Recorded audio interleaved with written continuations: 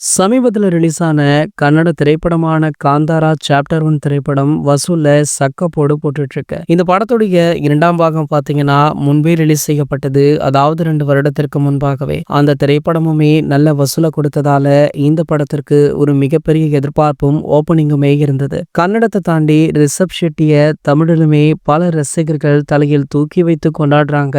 அந்த அளவிற்கு இந்த திரைப்படம் ஆக்ரோஷமாகவும் மாசாகவுமே கொடுக்கப்பட்டிருக்கு. பல ரசிகர்கள் தற்போது வரையுமே இந்த திரைப்படத்தை கொண்டாடிட்டும் இருக்காங்க. இந்த நிலையில படம் ரிலீஸ் ஆனதுல இருந்து தற்போது வரைக்குமே கிட்டத்தட்ட 400 கோடிகளுக்கு மேல வசூலாகி இருக்கான். கண்டிப்பாக இந்த திரைப்படம் 1000 கோடி வசூல் அடித்துவிடும் அப்படின்னு அடித்து சொல்லும் அளவிற்கு வசூல் நாளுக்கு நாள் அதிகரித்து கொண்டே போகுது. இந்த நிலையில தற்போது இந்த திரைப்படத்தை பார்த்த இயக்குனர் சங்கர் அவர்களுக்கு பேரதிர்ச்சி ஒன்று காத்திருந்ததா. அதாவது சங்கர் அவர்கள் வேல்பாரியுடைய உரிமத்தை வாங்கி வச்சிருந்தாரு. சோ இந்த திரைப்படத்தை தான் அடுத்ததாக எடுக்கலாம் அப்படின்னு பிளானுமே போட்டு வச்சிருந்தாராம். இந்த நிலையில காந்தாரா திரைப்படத்துல இடம்பெற்றுள்ள ஒரு சில காட்சிகள் போலவே இந்த வேல்பாரி நாவலிலும் காட்சிகள் இருக்காம். ஒரு சில இல்ல பல காட்சிகள் அதே போல உள்ளதால தற்போது சங்கர் அவர்கள் கோபமுடனும் குழப்பத்துடனுமே இருந்துட்டு இருக்காராம். ஆகையால வேல்பாரிய கிடப்புல போட்டுவிட்டு அடுத்து ஏதாவது ஒரு படம் பண்ணலாம் அப்படின்னு யோசிச்சுட்டும் இருக்காராம். இந்த நிலையில பாத்தீங்கன்னா மீண்டுமே சூப்பர் ஸ்டாருடன் இணைந்து ஒரு படம் பண்ண போவதாக ஒரு தகவல் வைரல் ஆகிட்டு இருக்கு.